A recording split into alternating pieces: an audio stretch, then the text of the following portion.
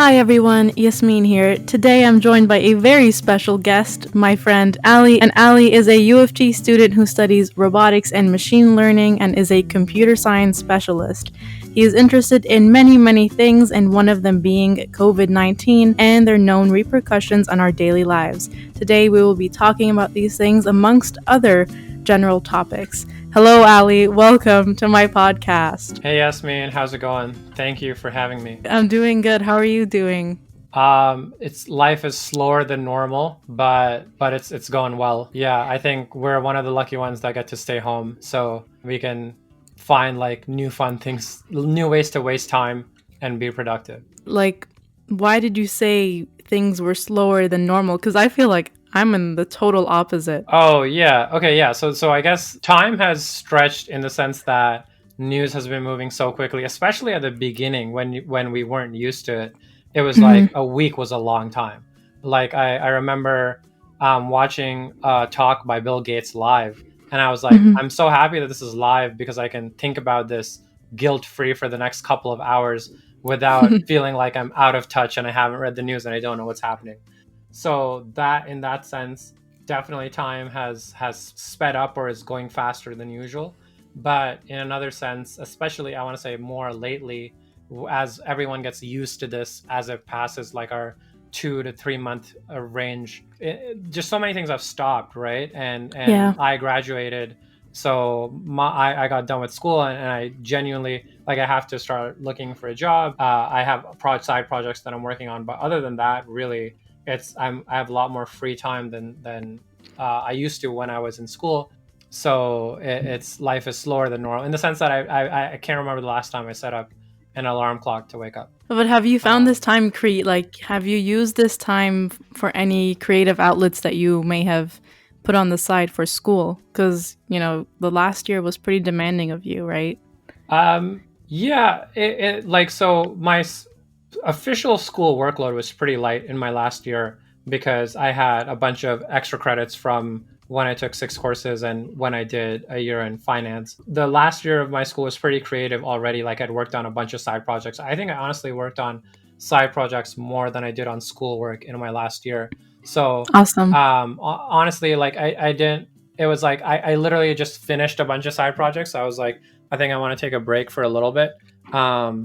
So I have been catching up on some video games that I wanted to play, but other than that, I've definitely been very interested in keeping up with the news. Like normally, I'm not a huge fan. It's just given how crazy it is. It's like I find it fascinating to see how the world is reacting to this crazy event. Um, Mm-hmm. it's like also understanding like how we would deal with this stuff in the future. I've learned a lot um, about how the world works in times of crisis by keeping up with this, which is, and this is honestly the first like real crisis that I'm old enough to actually, I think, grasp the gravity of, right? But yeah, that's how I think time has changed recently. I mean, like, to your point about the news, to me, I was never very interested in the news because It's it's always like negative, right? yeah, And they capitalize on that interest that humans are drawn to negative things automatically. right. But now more than ever, like the news, there's COVID-19 is in every single title. Yeah, Like I yeah, yeah. remember on Twitter, every single popular thread had the word COVID-19, and it was so suffocating to me. Mm-hmm. So I'm kind of the opposite. Like I used to be invested in the news in the beginning and tracking the numbers and everything, but then it just became way too much. Like watching the news for like 5 hours straight. That's way too much. Wow. Yeah, no, that does seem unhealthy. Yeah, so then I just kind of went on the other side and just started doing projects and coding things and writing and doing podcast episodes. Like that's the way that I've coped with it. How have you coped with it, I per se? Like besides um, video games and so projects. yeah. When it first started, like I was pretty like honestly not following coronavirus because it was like, oh, it's in another part of the world and blah blah blah. Mhm.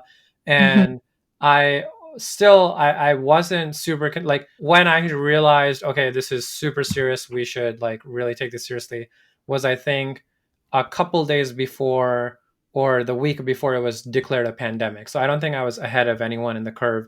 And then immediately, once it was declared a pandemic, things started shutting down. So I went from not really caring about coronavirus at all. And like I said, I'm a person who doesn't really keep up with the news. So, I Hmm. wasn't really following it at all, to all coronavirus all the time in pretty much like a couple of days. So that was overwhelming for sure at the beginning. And it still is, honestly. Like it's wild and crazy. For sure. But yeah, so that, and then how have been coping. Let's see. Well, so it's like, I don't think at the beginning anyone knew that this would be like, oh, our lives are going to be different for months or if not years on end. Hmm. We were all just like, okay, let's see what happens. Let's shut down for now, and we'll see what happens at that point. So I was just like, okay, cool. I'm like close to graduating anyway. Everything is kind of wrapped up in my life department. So there's nothing that I need to like really take care of. So I was like, okay, cool. I'll just, like be on vacation at home, catch up on things that I wanted to catch up on, and enjoy my graduation. Hmm.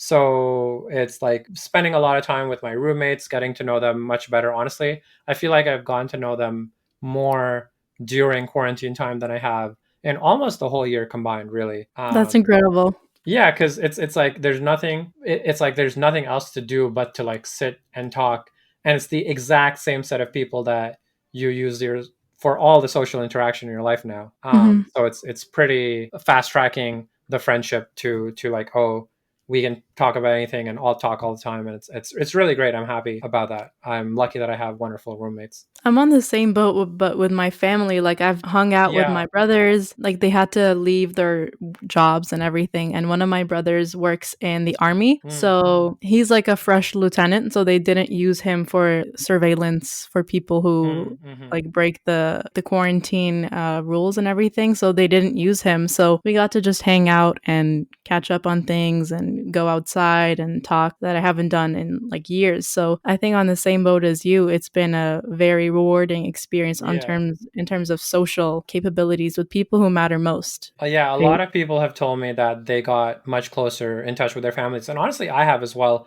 I want to say, been calling my parents more often since this coronavirus thing, because it's like, I'm sure everyone else shares this concern as well. Most people I know do, which is that you don't want to lose touch with the people who you were in contact with.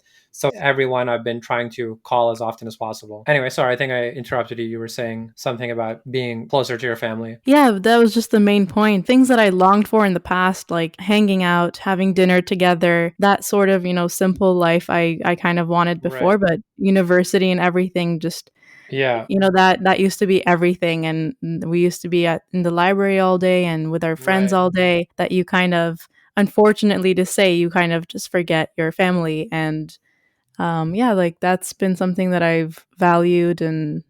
Right. And yeah, it's like something different. It's a development that I was lacking, that I could see manifest in other places. I don't know, like obsessive gym behavior or something, to Mm. counteract that lack of sociability. Like it's such a self introspective time Yeah. that everything I do is just like it's. I don't want to say that this quarantine is a good thing, because there are people who are obviously suffering in this world, but Yeah, there's a to, good aspects to it. Overall, it's yeah, pretty for sure. terrible, but yeah. But on a personal level, for people like us who don't have to face the virus directly, and Yeah. we live in a pretty secure, socioeconomic standpoint, Yeah. this can be like that retreat that you needed to collect your thoughts, to write that book, Yeah. to study something. So that's how I've been seeing this opportunity. And I wanted a gap year. Oh, excuse that. Um, and I actually wanted a gap year before I started university. So this is kind of, I didn't end up doing it, but this is kind of like that moment being lived Nice. now. So yeah. Yeah. I honestly like, I think everyone can use a break sometimes, and it's a very unfortunate circumstance for having a break, but it's Hmm. nice nonetheless. One thing that has definitely been really weird for me is meditation, because Hmm. normally, like, I was meditating a lot toward the end of the school year, which was great. I felt very good about it. But Hmm. there's something weird about meditating when you haven't done anything else that day anyways. Because I used to really like the 30 minutes or 20 minutes of, oh, this is time to pause, time to reflect, time to get back in touch with my baseline, stuff like that. It's a release of stress. But Yeah. now when there is like the whole day is kind of like that, I definitely just like stopped meditating, and I've been meditating less often. Um, Hmm.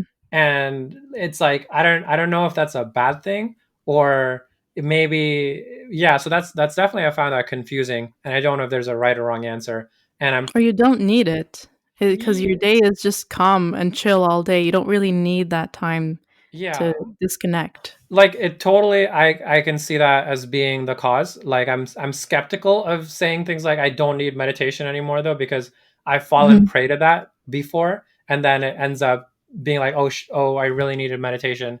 I went into like a bad spiral or whatever. Mhm. But yeah, so far I seem to be fine. I think I just started meditating like once every couple of days now, which honestly is not It's good. terrible. It's just I think new corona balance. I feel like we're gonna label stuff we pick up during corona time as like your corona stuff. So it's going to be like, what's your Huh? corona hobby? And someone's going to be like, oh yeah, I picked up knitting. That's my corona hobby. Like I think definitely like in the future corona hobby is going to be a common language that people use. Or baking. Everyone is baking. Yeah, oh my god. That like my roommates have been baking. All of our CS professors are baking 24/7. Yeah, it's on like I'm surprised at how many people gain solace from that. I do personally don't like cooking isn't a stress release type thing for me. It's Yeah, me neither. definitely a stressful situation. So well, I mean, I'm glad people like my roommates made banana bread and it was delicious. So And you get to benefit. Ha. yeah, I think one really cool thing about this quarantine has been the push to forward in technology that we just had to do, Yeah, right? for sure.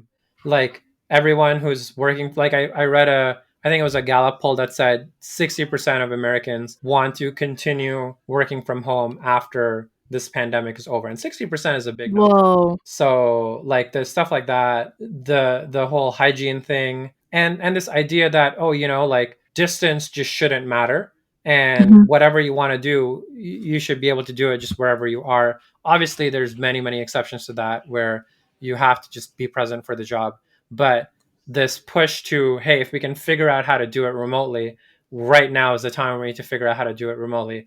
And I think like it's honestly been impressive how quickly everyone has made the shift to a completely online ecosystem. Um, Mhm. it's that's one of the most interesting things for me to see. And also, I think there's this aspect of decentralization that Mhm. is a package deal with having most of your people be remote, in the sense that you lose that social politics pressure over them. Like it's a lot easier for people to speak their mind over email because it's not a face-to-face interaction, right? So Hmm. I think that so like for example I can't remember what the name of this company is. Oh my god, Is it I'm a tech blanking. company? Yeah, it is a tech company. I think it's like, oh yeah, WordPress. So the company that owns does a lot of hosting of websites for other companies as well. Like you, that's not surprising. That's what they do. And Mhm. I was listening to a podcast by the CEO, and he was like, WordPress is unique in the sense that it's decentralized and remote, and it started as an open source project. And now basically the way they make money off of it is that for people who want premium service and speeds and stuff, they will use WordPress's open source architecture. Like on top of that, they will do work and charge them for it. So that's how he makes money. But Hmm. it's he took a lot of inspiration from the open source model of WordPress in terms of running his non-open source for-profit company, where Wow. it's mostly decentralized and everyone works from home because like they really you don't need, it's a tech company about hosting, so other than buying servers and maintaining servers, all of their work is just software, so all of that stuff is remote and it's decentralized, and And it they have works to do that. well. so Like so they that so the reason I was listening to this guy on a podcast was someone Mhm. invited him on because all of these companies were struggling to go remote, and he had a lot to say about how you can smoothly make this change and what Mhm. problems you're going to encounter and stuff. He had really interesting way of talking about it where he was like, people don't realize how much benefit there is to working genuinely remotely. Like for example, he said he is more fit now because in between meetings and stuff, he likes to do push-ups and exercise. And that you just can't do in an office, right? Like it's considered Yeah, rude no. if someone just took their shoes off and started doing push-ups and they got all sweaty. So he was like, there's really like not only can remote a remote way of organizing your company be just as good as being has having everyone present in the same building, it can in fact be better than having everyone be present in the same building. And he had a lot of amazing points to make. You know, I can't just plagiarize off. I need to at least let you know his name. So I'm gonna just Google I WordPress think and it see. definitely is relevant, but on a Yeah, personal productivity level, but like we're social creatures and we need to see other people and, collaborate that way, right? yeah, yeah, for sure. But yeah. So let me give credit where credit is due. It's Matt Mullenweg, an American entrepreneur. He's an entrepreneur and web developer living in Houston. He's known for developing free and open source web software like WordPress, now managed by the WordPress Foundation. So you should look him up. I'm sure you'll find the podcast. Um, Hmm. highly recommend it. But yeah, so I think just it's so interesting watching these things change, and watching people solve these problems. It's definitely more fast paced, more intense than life used to be. Hmm. Sorry, go ahead. No, no, no. But that's my. I was just taught. That's what I have to. Yeah, you can say your thing. I think to add on to what you said, the one of the awesome benefits of everything being remote is that you have so many people who are so qualified hosting these Zoom sessions Yeah, and Google Meets and stuff that you would never have the opportunity to yeah, even, hear it from, right? yeah. So one of the people that I had a chance to, see one of his Zoom meetings was Joel C. Peterson, I think, and he's the chair of I think Jet Airways or something Mm, like that, like one of the airlines that's huge. And he was talking about how the airline industry, I mean, everyone was like bombarding this guy with questions like, what mm, is going to happen to the airline industry? It can never be the yeah, same again, right? yeah, Everyone is so close to each other, and he was just, he was like, guys, we don't know what's gonna happen. Like like you guys might never be able to sit next to another person on a plane. You might have to have two or three hmm, seats between you. hmm, Everything will have to be disinfected. Boarding will take longer than usual because everything will have to be disinfected. Like the plane from top to bottom will have to be disinfected. yeah. I Everything think will have to be thrown out. Yeah. airlines and cinemas and stuff like that, they've really like suffered the most in the sense that you just have to Insane. stop business completely, right? Yeah, like Yeah, billions of dollars. yeah, Billions of dollars. They will not be able to put airplane magazines anymore or mm, anything that's disposable and will be left behind by each passenger. Everything will yeah, have to be thrown away and burnt. yeah, And everything, like all of these repercussions will cost them billions of dollars, and they're already yeah, losing a ton of money. And I saw like Warren Buffett, and we kind of, at least I look at him to sometimes to see just the landscape of how the businesses are doing, and he sold like all of his airline stocks. So that yeah, was a huge, yeah. like, oh, things are not going to be the same after this, and traveling is certainly not going to be normal, at least for the next couple of years. Yeah, it's I think that was definitely like the first big thing where it was like, wow, we have Yeah. to shut down like all flights everywhere. And like airlines are already notorious for making every penny from every single plane that they have to make sure it's Hmm. flying like all the time. I don't know if you read about Boeing had this plane that was unsafe. Mm. And it was such a big story about how they were going to lose an insane amount of money because this one specific model of plane had to be grounded because it was unsafe. Wow. And that now it's just that for almost every single plane, right? So it's crazy for the airline industry. Like it's I think this is where it becomes so important to remember that everyone's on the same team here, right? Hmm. Like it's like the people who work on airlines, there's no reason why we should have them unfairly shoulder a much heavier burden than, for example, the one WordPress has to face, right? Like WordPress is chilling right now, and it's like, Hmm. hey, if anything, we have more clients. I don't know. Probably not really the case. I'm sure life is complicated for everyone, but I think you get my point. Yeah. And I think it's important for all of us to like, hey, okay, cool. So who really is affected? Who needs like, okay, old age homes? How do we deal with that? and that type of teamwork. It's so sad to see that it's Yeah, not that's really present at the level that I'd hoped, especially in the US. But mhm. I'm hoping that that improves going forward. I think Canada has been pretty good. I don't have any super major complaints.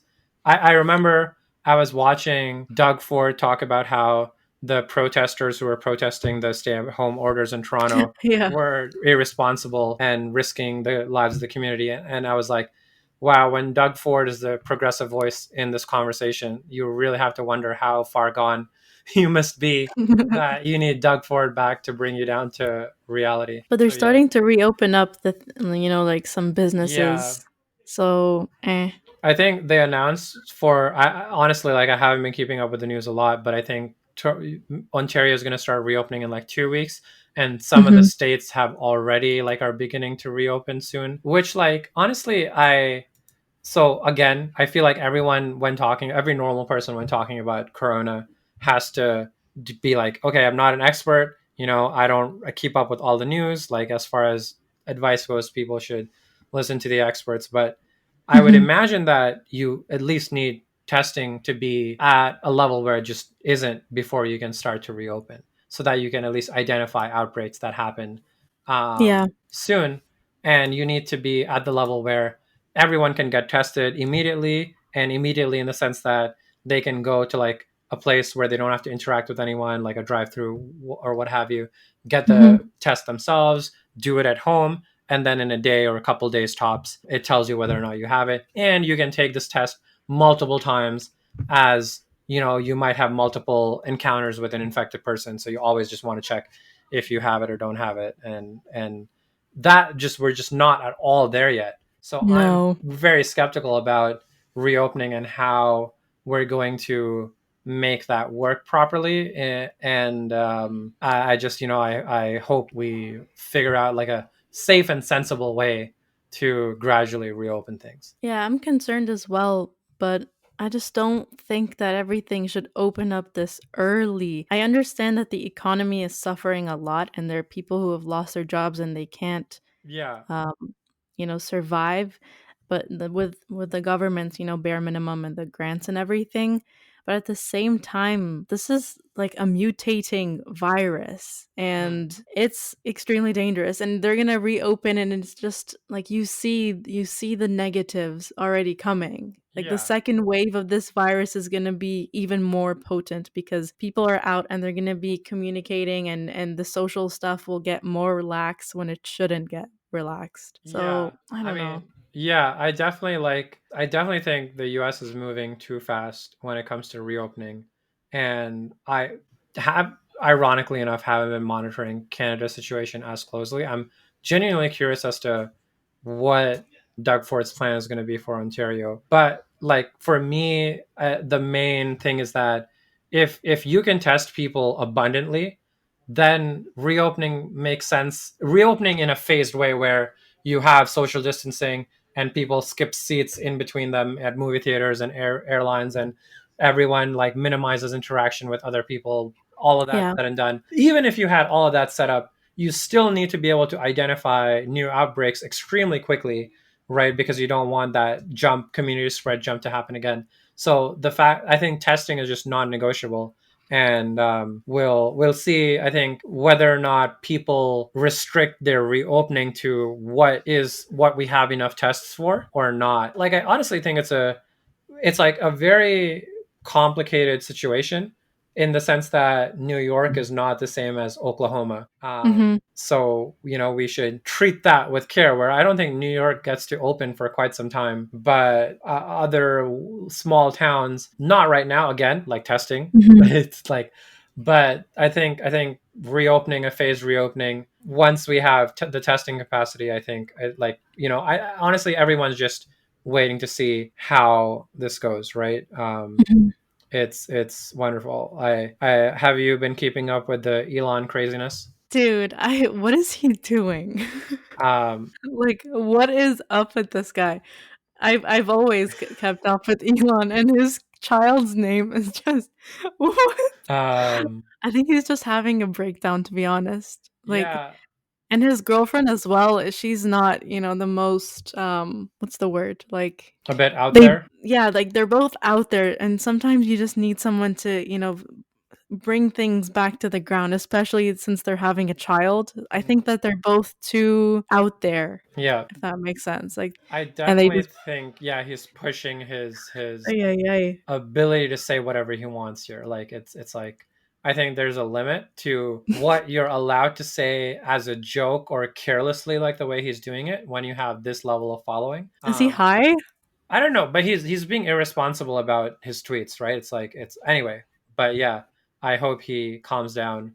And I read his biography, and it seems to me like my theory is just that he's a workaholic, and he's upset that Oh yeah, Tesla is he not is. allowed to conduct their operations, and he just wants that to start. And whatever he has to say to get that to open, he'll say, which is so irresponsible. Mhm. Normally I'm like it's like so weird because it's like I'm a huge fan of all the stuff he does for the world in the sense of building cheap and good electrical cars and making rockets reusable, like that's Mhm. really cool.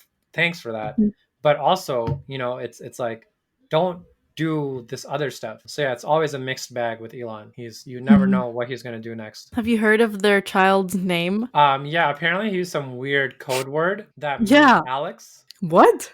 I don't know. Alex? I thought it was I've heard some stuff from my roommate. I have no idea, honestly. it's like it's not even a word, it's just a bunch of acronyms for like space rockets or something like that. It's ay ay ay. I mean, Anyway, we like him, but he's been questionable nowadays. yeah, I just saw an interesting, not conspiracy, but post, or maybe it is a theory. Let's conspiracy. just say it's Yeah, an interesting theory. Yeah. it's a theory. So apparently, the kid, Elon Musk's son's name might actually be Kyle Oh, Musk, okay. right? Because they decoded the actual bits of the name, and the X was supposed to be a Greek letter for the Chi, right? I love And then how. the Yeah, continue, continue. and then the AE, which is the ash thing, is pronounced AI, right? So the I the brightest Y. brains and the most skilled historians, Yes, instead of figuring out stuff about ancient Egypt, are decoding the meaning of Elon Musk's name. I love it. exactly.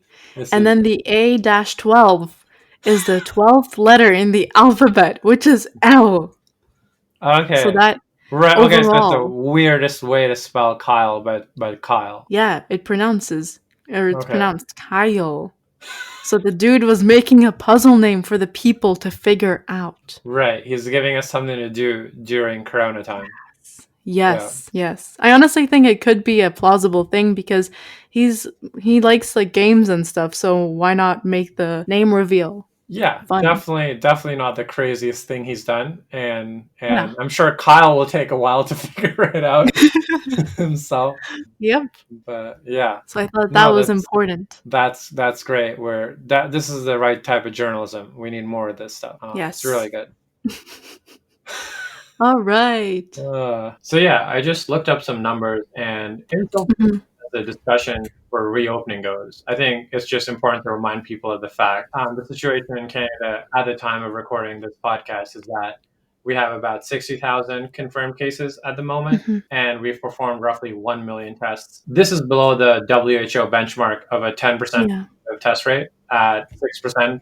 So you do the math and you find out that 6% of the tests are coming back positive. And Canada has also seen a mild decline in the COVID cases, the new confirmed COVID cases that health experts, specifically the health minister of Ontario, has described as encouraging.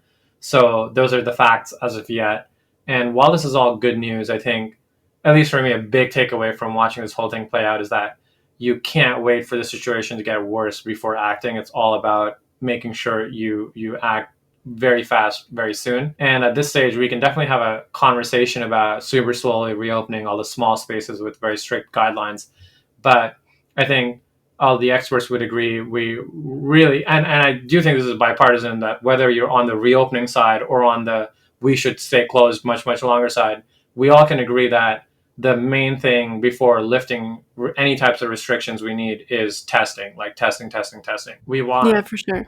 yeah, we want one to be closer to like a 3% or a 1% positive test rate, where only 1% of your tests are coming back positive. And to do that, we need several times more testing capacity. We're talking at least double, but ideally we want like 5 or 6 times. And number two, a strong downward trend of like 2 weeks since the widespread testing has become available.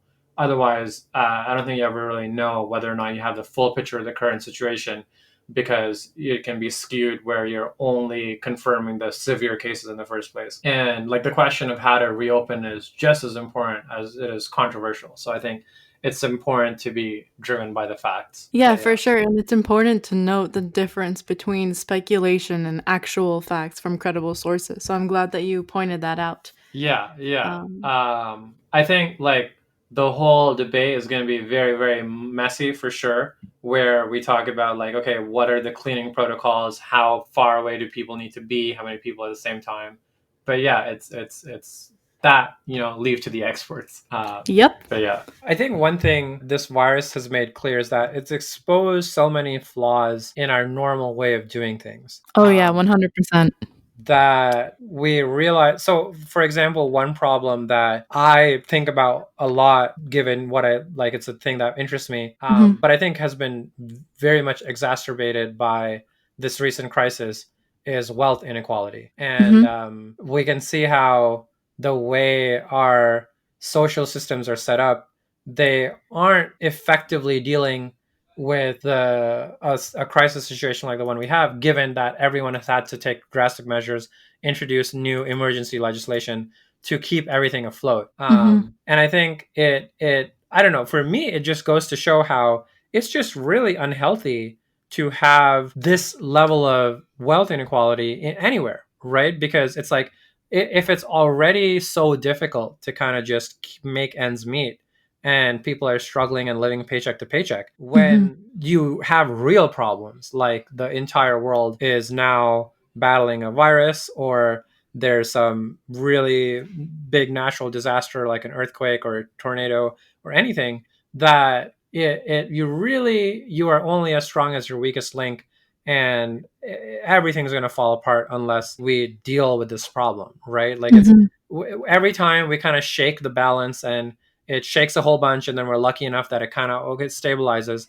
But I'm given just how bad the coronavirus situation was, with this whole discussion of reopening the economy at the expense of people's lives. Like, it's like, Hmm. it's such an uncomfortable decision. Like, it's one you have to make nonetheless, and you hopefully every time you can be like, hey, you know what, our system and infrastructure is so good that we can remain closed, or we can, without having to negotiate for any lives, get out of this situation. But yeah, Ideally, yes. yeah, like, for even just, I think healthcare is the thing that comes to mind the most, where all the people who can't afford good healthcare, like right now, are much, much worse off than they were before, because it's like they're more likely to fall sick because they haven't been taking care of their health, and Hmm. then they're more likely to visit a hospital and more likely to be exposed to someone who has the virus, and so on and so forth. Like, Hmm. I think like this situation definitely exposes a lot of cracks in our social systems, where it's like, hey, like, poor people are not fine. We need to it's we need to really figure this out and get rid of this issue, or at least dampen it, because the level that it currently is at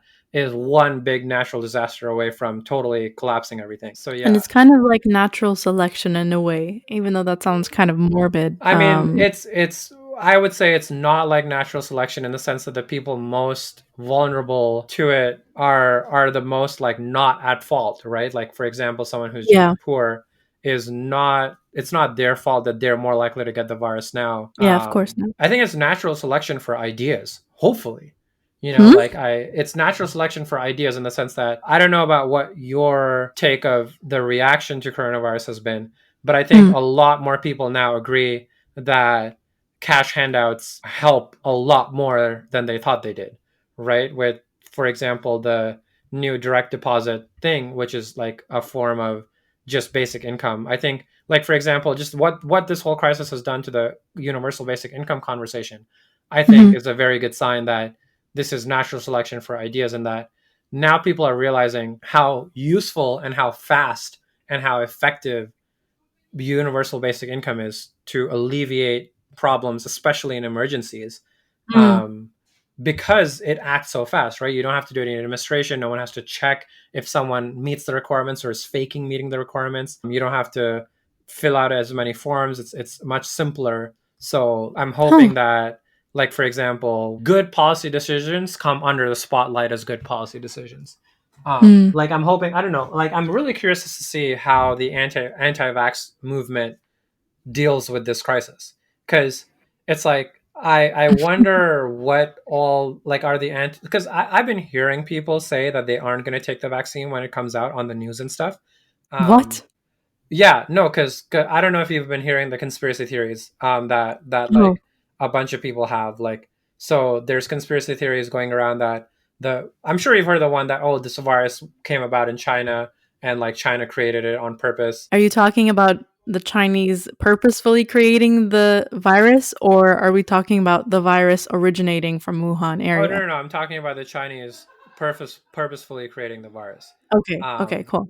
so that there's another so another conspiracy theory is that Bill Gates has created this virus to force people to take vaccines and just silly stuff, right? Like this is what people are like protesting about, right? They think the virus is a hoax. They think that the death tolls have been fabricated and stuff like that. Anyway, the point I'm trying to make is that there's a bunch of people saying that they won't take the vaccine when it comes out, but I would be curious to see if that's actually the case. Like if there's going to be a significant percentage of people who aren't going to vaccinate themselves, like, you know, because it just, the Mhm. absurdity strikes me as totally like it's very salient. But I've learned over the past few years that there's a lot of people who, to them, vaccines are absurd. So, you know, like Mm. I'm curious to see how that ends up working out. But on a lower level, like that unwillingness to take a vaccine is really putting out the message that they don't trust in the government, right? I Yeah, don't think that the people are necessarily against the idea of taking something that will make them healthy, but I right. think that they're against the idea that the government is telling them that they have to take this thing and they're not so sure about the government's intentions, right? I mean, I understand that concern. I think I share the concern of, okay, well, if you let the government do something, they take this weird approach where I think they take their time with it. They Uh-huh. take it's a very lowest common denominator type stuff, and you don't see the wide selection and like options you see in the private sector, right? Like the government has that Yeah. reputation, and no one wants to take a government vaccine. I get that. So I think that's one problem. But I think the problem that I'm talking about, or at least more interested in, is Mhm. the people who just aren't informed enough to know that taking this vaccine would be a good idea, right? Like Oh, you yeah. need to not trust the government. Plus, you need to be have some really terrible. Need to believe some really weird ideas or facts about that aren't true about vaccines and about healthcare and about the government, Mhm. where it's like it's clear that these people don't understand what's really happening in the world, right? Otherwise they would know that a vaccine is just like they're going to test it to make sure it's safe before they give it out to people, Yeah. and it's going to be a good decision to take it to make sure you don't get the illness, given that we have so many vaccines already, right? Like just I would assume that counts as Yeah. evidence that vaccines are safe. So anyway, I wonder and hope that we can just squish anti-vaxxing once and for all, because it's like, hey, every anti-vaxxer person, like, hey, you know, like, are you sure like that you're right about this? Like, are you seriously not going to take the vaccine for the Mhm. coronavirus? I'm really curious to see how that goes. It's just ignorance. I don't know if you can Yeah, help, besides education, if the people are willing to educate themselves. yeah, it's Mm. definitely like no one has this problem with washing hands, right? Like it's Mhm. the same logic and the same evidence in the sense that no one really can see the germs that soap is killing, right? Like so Mhm. no one has that type of proof, firsthand proof that the soap actually works. You just learn that, hey, people who don't wash their hands as often seem to get a lot more diseases and die a lot. And you just believe that, plus the evidence, and you Mhm. understand how the germs theory of disease works. And eventually you realize, hey, I should just wash my hands. I would wonder what we have to do and say to get all those people to have that same level of confidence that they do in hand washing to for vaccines.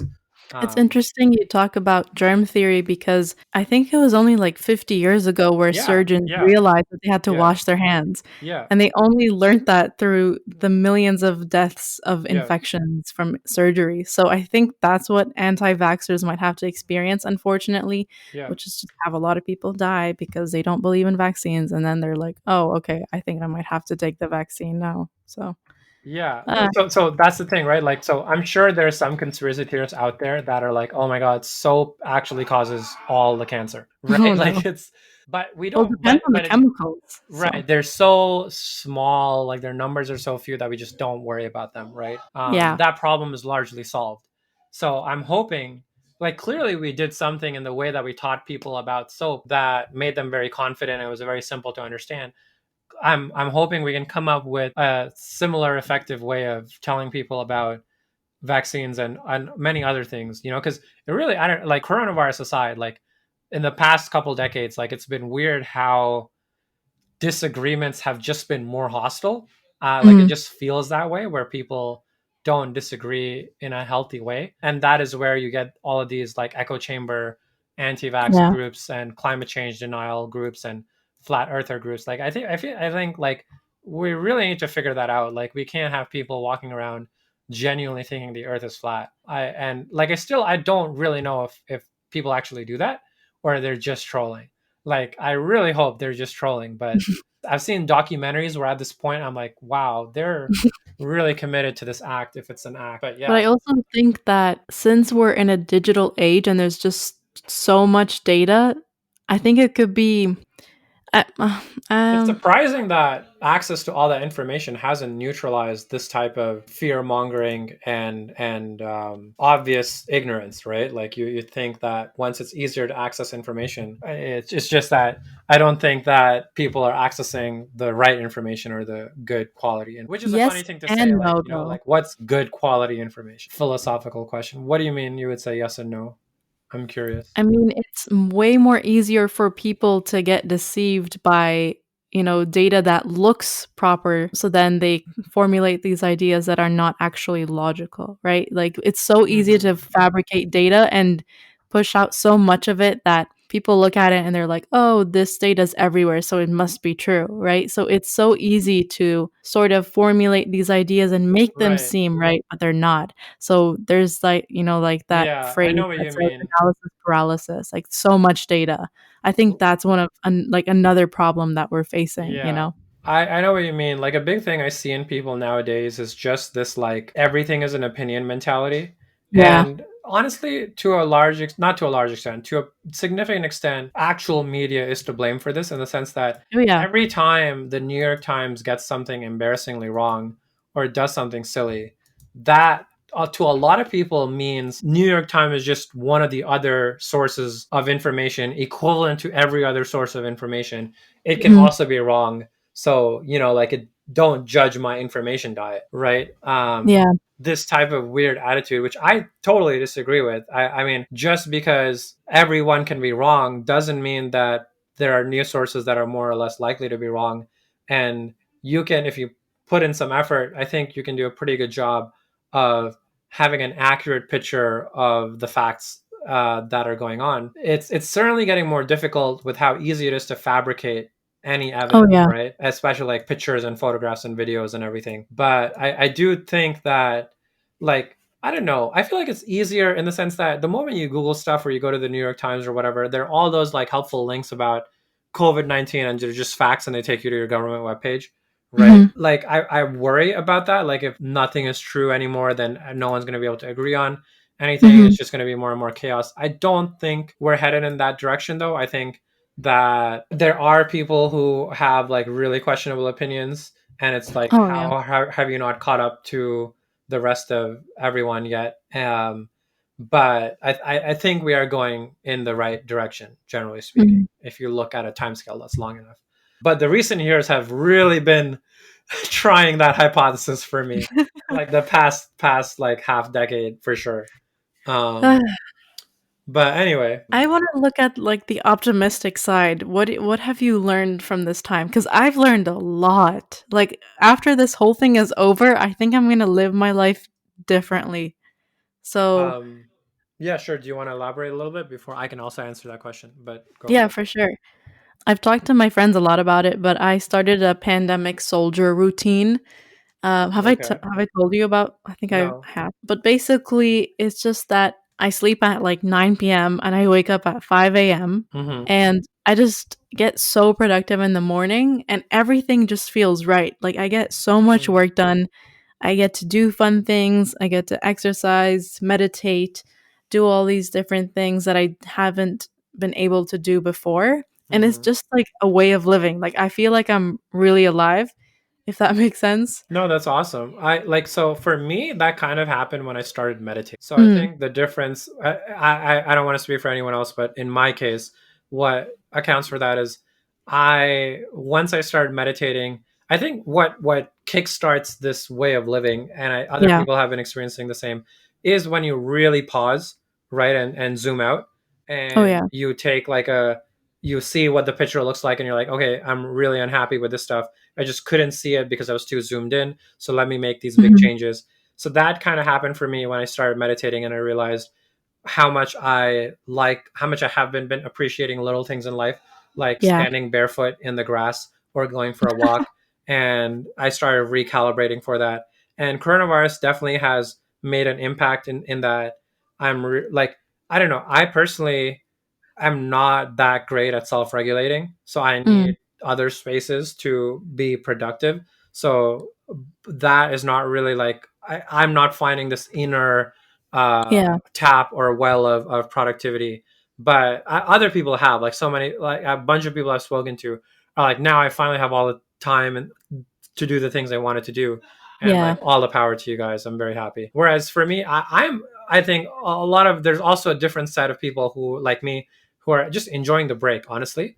Like Mhm. it's I caught up with Doom and I caught up with Red Dead Redemption 2. It was really nice playing those games. Like video games, I'm just going to talk about video games for 5 minutes, I promise. Oh, yeah, yeah, Like go ahead. it's really interesting in that it's a very special type of art in that it's art that reacts to the viewer. So at Huh. that point, they're no longer a viewer, they're a player, right? No Yeah. other type of art has to be this well scrutinized where you can go around things and look under things and be like, did they, like make everything as polished? And Hmm. video games inherently, they have this thing where you break the game and the logic just doesn't account for a situation that you put it in. Like, for Wow. example, if you just, like, bump into a bunch of people in Grand Theft Auto, they won't comment on like, "Hey, why are you bumping into a bunch of people?" Everyone will react individually, be like, "Hey, why did you bump into me?" But they'll never reference that. So like, there's stuff like that. Anyway, Wow. so this what I'm talking about is given that video games are unique in this way, they're also unique in the sense that they're a long form art experience. Like video games, the standard is like 60 hours to properly get a video game from beginning to end. And Mhm. you typically, as a student, don't have that type of time, right? Like Mhm. you just, and playing like just 30 minutes every day doesn't get you the immersion and it doesn't get you lost in the story the way playing for 4 to 6 hours in a day gets you. Not that people Mhm. should do that every day. Of course not. I think it's been really great going back and just seeing how much fun video games are for me Hmm. because I used to play them a lot when I was a kid. And this like curiosity of, okay, let me see how this thing works. As a software developer, like Mhm. it's always so much fun seeing how they have this simulation of the world working here that I can go Mhm. and interact with where like in Red Dead Redemption, they had basically simulating the Wild West, and you have to take care of your horse, and you can go up to farmers, and they have chores that you want to do. Like making that system, giving every person in this made up world a routine and like different reactions. It's so complicated, and it's amazing that you can make that work. It takes like thousands of people's and hundreds of millions of dollars, and I really think they're some of the most Mhm. amazing forms of art. So I've been really enjoying. I think if one thing that Corona has given to me is a new found appreciation for video games that I don't think is really fundamental or new, but I definitely have been thinking about it a lot more recently. It's funny you say that, or it's like a huge coincidence because the episode before this, Eric, he Mm, said the same thing. He's investigating making video games but more like retro style with pixel right. art and everything. And he said the same thing. He's super excited with game development and programming the different scenarios and things. So it's funny that you say that. Like the two people I know have found that connection.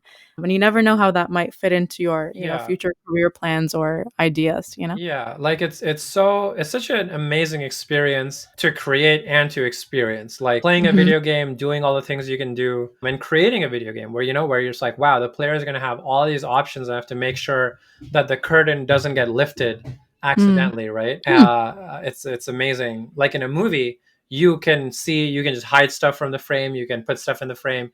You know that the viewer is not going to be able to go behind something and, oh, you have their set materials and there's a green screen here, haha. Whereas in a video game, everything that you have to cover with the story. I think that's a Wow. really good way of putting it. I'm so eloquent with words. Mm. Hashtag deep. Anyway, What? um, yeah. Hashtag what? Hashtag deep. Like it's a silly thing I just like saying when I'm ironically like, Oh, deep. Oh, yeah. okay. Anyway, but yeah, like I think, is there anything else you want to touch on before we start wrapping things up? I think in the last few minutes we should just talk about. Actually, we kind of talked about the optimistic side of Corona. Have we? Oh, Do you one have? thing I'd like to mention about the Yeah. optimistic side of Corona is, I don't know, to everyone who's listening to this podcast, like there are going to be things that Corona puts you in the unique position of taking advantage of that make the world a better place. For example, a Hmm. governor in New York was like, "Hey, we should fix all the roads because no one's on the. We don't have to close the roads. No one's driving. We should just take this time to fix all the roads." And I Hmm. think that's a great idea, right? Like this Yeah. is, that's it's a unique way to take advantage of coronavirus. And anything that you have been waiting to do where you're like, oh man, we have to restart the whole factory to do this or whatever, like now is the chance Hmm. to make all those upgrades and benefits. Even if you're not really doing anything and just staying at home, like I think it's your job to make sure you learn something new or pick up a new skill or Yeah. anything, right? Like it's to do your part the same way the workers on the front line are doing their part. So I recently, like, now I'm gonna go back to doing machine learning research and stuff, and Yay. just learning machine learning. So my break time is kind of over and applying for jobs, right? So that's my next main goal ahead. Mhm. So yeah. I can attest to that point of creativity and taking this time to build projects and the fact that there's other people who are on the same boat as you and they are also in that Yeah. journey and they will want to help you. Like through this experience, I've found essentially have had really important career insights and people and mentors that I've built up over this time and had the opportunity to, Zoom meet with Mm.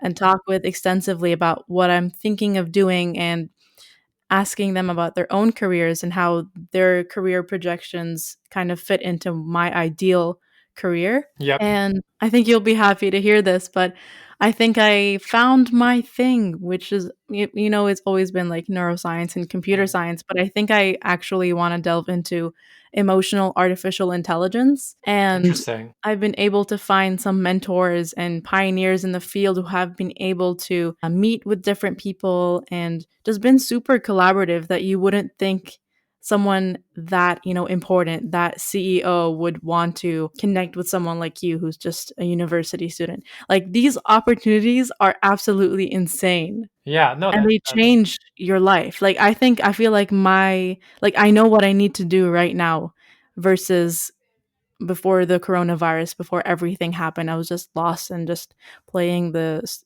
game or the role of being a student and just no, playing with. that's really good. Yeah, no, it's wonderful that you have a newfound sense of purpose. Like I'm super happy for you. Thank It's I feel like it's lucky to have that for sure.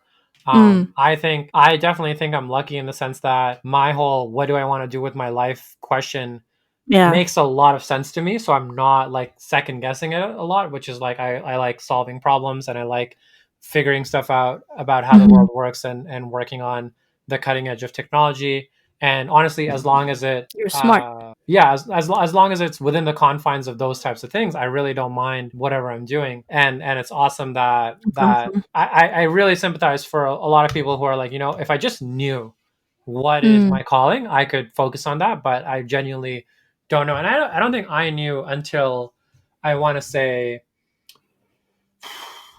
second, third year of university, where I was like, Mm. I really am just a scientist at heart. Mm, I like figuring stuff out about how the world works, and I like solving problems. And it's like as it's a very broad. yeah. When I say scientist, I mean very very broadly. But It's you've also done your homework, though. You've read yeah, yeah, things yeah, and yeah, you've of course. explored, It's so it makes sense. yeah. Awesome. Yeah, no, that's wonderful. I'm happy to hear. How is everyone else you know doing well? Like in your circle of people you interact with, or what's the Yeah, for the most part, everyone's just working on their projects and questioning if we're gonna get back to school in the fall. Some right, right, faculty members have said, like, it's been circulating on like the social medias, but they've been saying that the fall semester might be half online and half in real life. So I don't know how right. that's gonna go. Yeah, So we'll see. a big thing that made me transition from okay, now my vacation is over and I'm starting to be productive again is the Yeah, fact that people started summer school and their internships at the beginning of this month, right? yeah. So it's an objective measure of okay, that vacation time is over now. You should Mhm. start getting back to the swing of things. What's your course of action? What do you want to start? My number one main priority that isn't going to change is finding a job, right? So Mhm. that I'm just going to be applying for Makes jobs sense. and practicing interview problems. So yeah, if you're listening to this podcast and you have a job recommendation, Yes. send it my way or send it Yasmin's way and she can send it to me. Anyway, so but yeah, so like that and then working on cool side projects. So it's like at first I wanted to work on a coronavirus related side project like a tracker or Yeah. like a data visualization or something cool. Like I've done other data visualization projects, but I honestly just didn't feel like it was going to be best done by me. Like I have the short list of this Excel spreadsheet where I have Mhm. like various ideas that I'm keeping track of, but none of Mhm. them seem like where I'm like, oh, like I really like working on projects where I'm like, I can see why I'm the only person who can make this. Mhm. Or I see my unique contribution here. Whereas when I would look at Mhm. the Corona side projects, anything honestly that I had in mind, someone had already done better. So if Mhm. something comes up that I think is really unique, I'll definitely give it a shot. But right now, I'm going to be just working on robotics research with the same people I was working with when school was on, like the Mhm. robotics department at U of T, and we'll see how it goes. Like it's very uncertain. I don't know how it's going to work. Everyone's still figuring that out. So it's really it's up for grabs at the moment. It could change, but that's my Yeah. plan for now. But Okay, yeah, good luck. thank you You're very much. smart. You know how to do things. I think you will be fine. Yeah, this was a very engaging conversation. I think both of us learned a bunch. Thank you for Yep. having me on your You're podcast. gonna have to come back. This is one Oh of the yeah, best yeah, episodes. yeah. Yeah, Not no, to for toot my own horn, but yeah. this is one during the episode. This is one of the best episodes. Well, I'm happy. I hope other people. Do you get comments on this podcast? Like, I would love to see feedback. No, not yet, but I will. I'll try Okay. to set up something. But yeah, yeah. So I mean, like, I hope it was entertaining and informative. And my goal for podcast is I hope it gave someone food for thought, where you're like, Oh huh, yeah. that's interesting. I didn't think about that before. If you Mm, felt like that during this podcast, then my job was accomplished. awesome. All Do you right. have anything you want to promote or your socials or Not your email? really. Because I don't really have any super public social media. I don't really use social media. Mm. If you want Oh, to for see my sure. resume, though, you can find me on LinkedIn at LinkedIn/Ali.Kuwajarwala. So Ali.KUWAJERWALA. And there you'll find my resume, my GitHub, everything else you need. So that's about it. Perfect. Any last words? Nope. No? Again, thank you very much for having me. It was great speaking with you. No Can't wait problem. to be back. Yes, thanks for coming on. All right, everyone. Thanks for listening. It's 11:04 p.m. I'm Yasmin and Ali. Ali, bye bye. Oh my God. We can do that again. We can edit it. Do it again. Do it Okay, again. yeah. I'm Yasmin. And Ali. Okay, wait, no, I'll Wait, say what do you and. want me to say? Yeah, you should Yeah, say that's your and. name. That's your name. Okay, And okay. then we'll say bye. Oh, Okay, ready? yeah. No, you have to say the whole thing. Otherwise, it'll seem fake when you cut. Like, you have to do your whole. Okay, ready? All right, everyone. I'm Yasmin. It's 11:04 p.m. and I'm with Ali, and we'll see you later. Bye. bye bye.